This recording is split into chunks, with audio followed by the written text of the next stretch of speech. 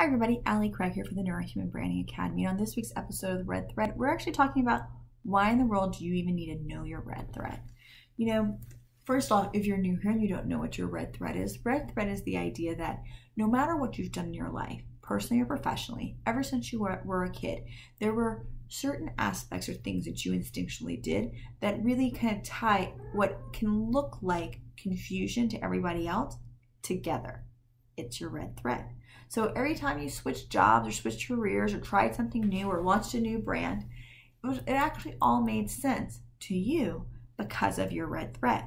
Now it's time to start using that red thread to your brand's advantage by sharing it with your audience so that they can then see the commonalities and become part of your red thread as well.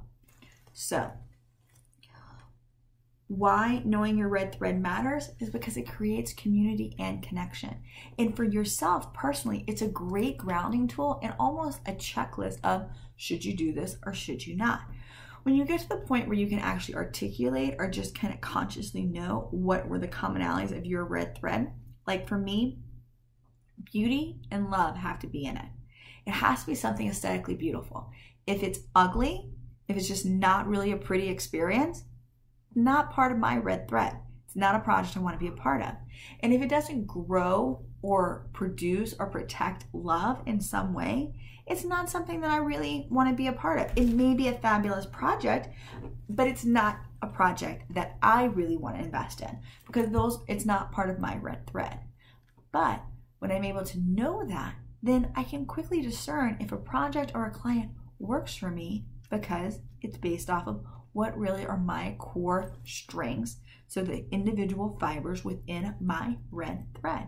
And when I can articulate and show that to my audience, to my brand audience, guess what? They begin to take their little fibers and we attach to our red thread. And then it just becomes this really cool multi thing. And more importantly, it becomes strong. It creates a long-term strong community that bonds are hard to break.